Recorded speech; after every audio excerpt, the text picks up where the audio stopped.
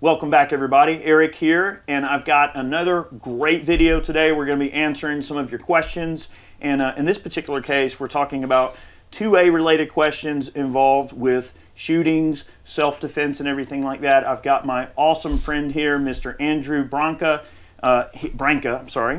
and he has a great setup here, law of self-defense. He's got so many things going on, you know, with his legal practice and things he's doing to help gun owners who have been involved in shootings and providing education and all. So he's the perfect person to answer today's questions, and we're going to bring him in.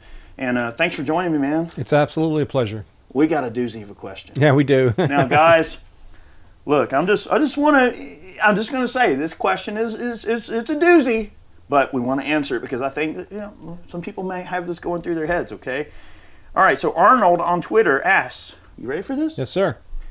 Give a scenario where a citizen can legally defend themselves from a police officer. Whew, wow. So I can think of at least two scenarios. One is not uncommon, unfortunately, and that is where the police are serving a warrant on a home and maybe they're sent to the wrong address.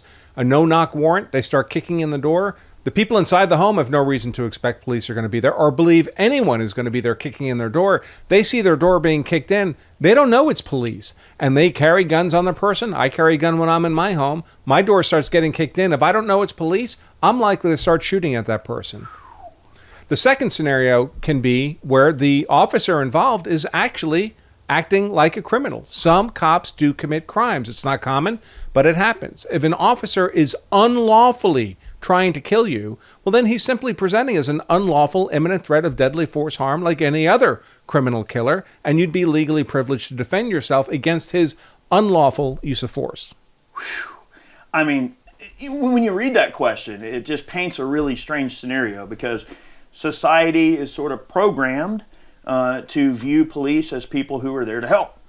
And, you assume that when a policeman is in a situation that they're there in some official capacity. They're there to serve a warrant, they're there to do whatever, or they're there to help. No one really looks at them and thinks, well, they're going to be some crazy threat in some way. But there are situations like we've seen many situations where red flag confiscation orders go the wrong way.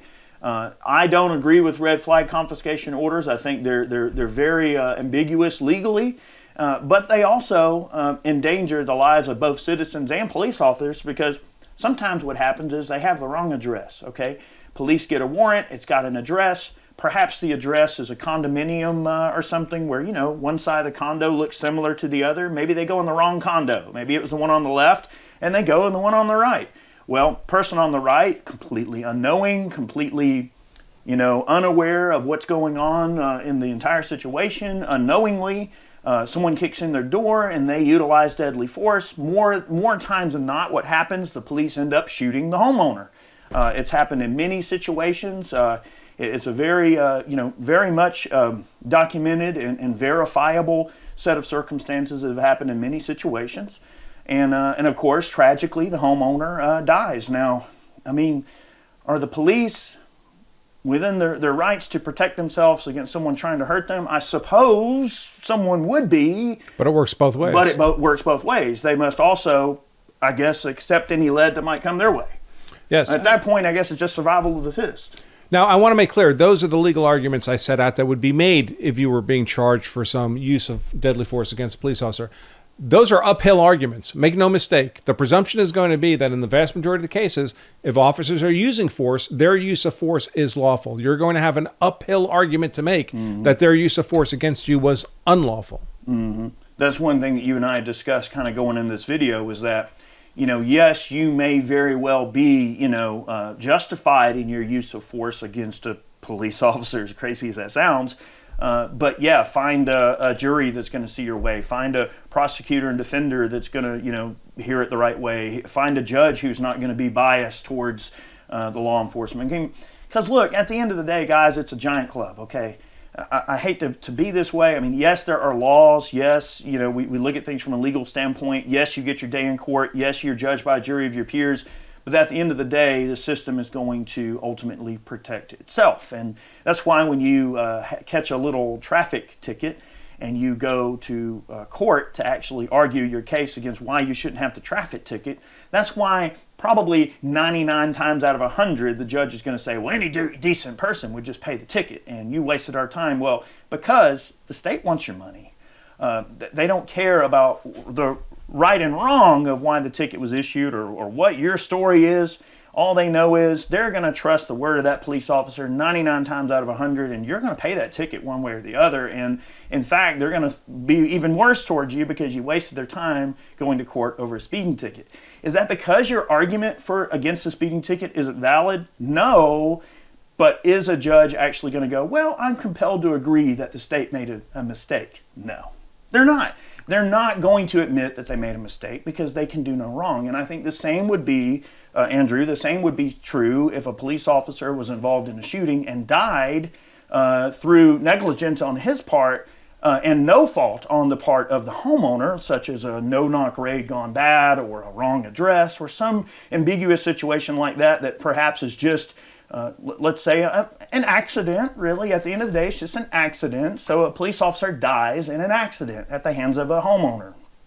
They will never admit to making a mistake, even though, okay, the address on the warrant is not the address they went to. So that alone should put it to bed. You think any logical person, Andrew, would say, well, you went to the wrong address, so therefore, this should be open shut case, right? Something like that. But find a judge who's going to look the family, that officer, in the eye and go, well, my hands are tied here. Right is right and wrong is wrong. And, justice is blind. I just don't see that being the case. I think they're going to try to throw the book at the person regardless. And they're never going to admit wrongdoing. Well, we have to keep in mind the criminal justice system isn't just some giant machine where you put facts and evidence and law into one end, crank a handle, and get justice out the other end. That machine is full of people, human beings, that have their own partiality, their own biases, their own life experience, their own relationships with other people within the machine. All that helps drive the conclusions that machine works at. And probably, unless you are a member of that machine, you're an outsider. And especially if you're a law-abiding person, the phrase criminal justice system, first of all, it should be thought of really as it's just a system. It's just a machine. The second most important word in that phrase is criminal. It's a machine optimized for criminals. It's not optimized for dealing with normal law-abiding people who find themselves getting fed into that machine. At the end of the day, Andrew, you still must convince 12 people that your shooting of a police officer was justified. And wow, what a crazy burden to overcome. Because as we discussed earlier at breakfast, Andrew, people are emotional. They think with their, they don't really think so much logically many times. A lot of people use emotions to dictate their decision-making processes. And, most people emotionally are going to be at odds with someone being justified in shooting a police officer. Because Civics 101, it's just the way that Americans are generally brought up. Most Americans are pretty patriotic. Most Americans generally go, okay, law enforcement's necessary. Laws are necessary. We're a nation of laws. Most people are going to look at a police officer and go, okay, this person's here to help. They're not going to see a police officer and think, oh, this is the mob coming to, knock me over for protection money. So it's just that's how people view things. So what is right and wrong may not always necessarily come into play here. You're having to fight people's perceptions just as much as you are the reality of what happened. Exactly right. Yeah. Wow. What a question. What a crazy question. Because, there's been all these red flag confiscation orders, gun confiscations. ATF have been involved in raids. Federal agencies have been involved in raids. Many times they get the wrong address. So it's really scary. I guess the lesson here that I would take from this is that you should most certainly avoid at all costs any situation where cops and civilians should have to shoot at each other, period. For the love of God, y'all, get the right address, please. Double check it, triple check it.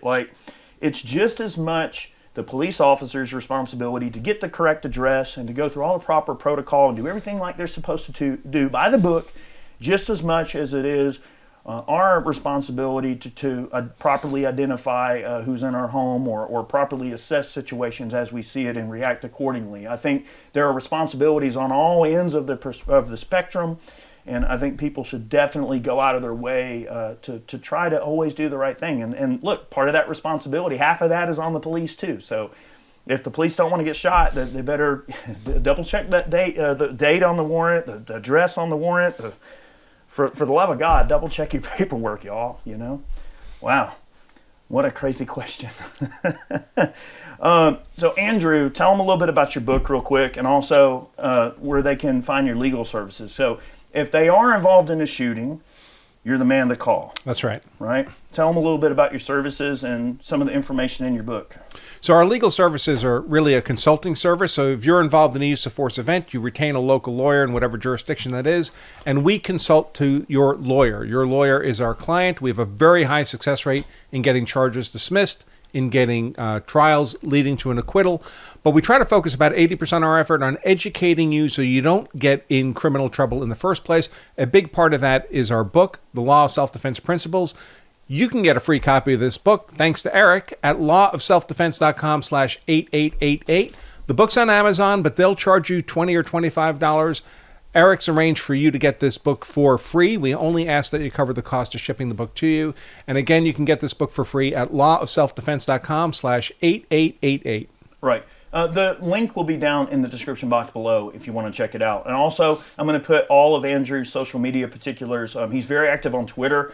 He responds to comments quite readily. So if you ever have any questions, reach out on Twitter. He's got a great following. That's how he and I got together. We're mutuals on Twitter.